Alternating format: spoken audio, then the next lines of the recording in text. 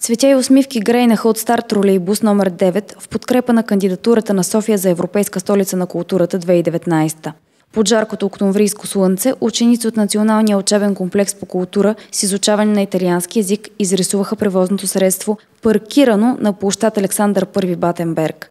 Те помагаха на известния италиански художник Албино Пити, който също рисувайки върху тролея изрази пълната си подкрепа за българската столица в надпреварата.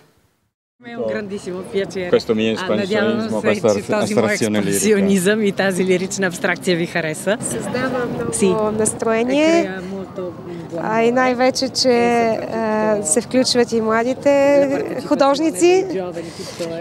Вие сте ги мотивирали достатъчно и ви благодаря за подкрепата за София. Speriamo di fare di più perché anch'io sono per il 2019. Защото аз също съм за 2019 година. Разбрах, че ще остана в София. Sì, mi fermo, sì, perché come giustamente prima diceva, dal di fuori si vedono le cose belle. I giardini purtroppo per ora un poco lasciati andare. Градините, които за сега малко са оставени, някои от тях не изцяло гледани, но да се надяваме, че ще ги направим да растат така, както Господ казва. Това ни е един от... Magari chiamandoli i giardini di Dio. А може би като ги наречем божествените градини и паркове. Има страшно много градини, има много зеленина. Това е прекрасно, но има и един проблем. Защото за да възстановим всичко, ни трябва малко време и доста пари. Beh, è cominciare a chiedere sponsor. Тогава да започнем да търсим спонсори.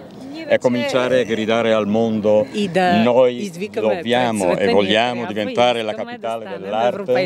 Dateci soldi o idee o qualcosa. A volte le belle idee si possono trasformare e non servono poi moltissimi soldi. Така че да не са необходими толкова много пари. Questo me lo insegna l'Italia da dove esco. Това ме е научила Италия, откъдето идвам.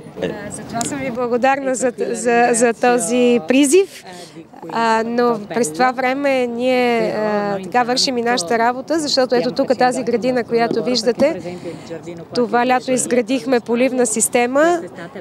Все още са малко градините в София, в които по това време може да видите зелена трева. Но ние се гордеем с това постижение, защото 2 години всъщност работим активно по парковете и градините. Questo io l'ho potuto apprezzare. Това успях да оценя. E se mi permetto di fermarmi, си позволя да се спра тук, то è perché c'è amore.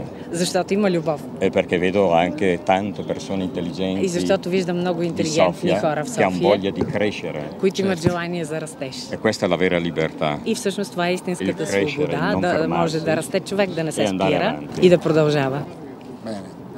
E ragionare a livello internazionale. И да може да разсъждава на международно ниво. Grazie, io commosso di averla. Благодаря ви и развълнувах се. Alla prossima spero. До следващата ни среща, надявам се.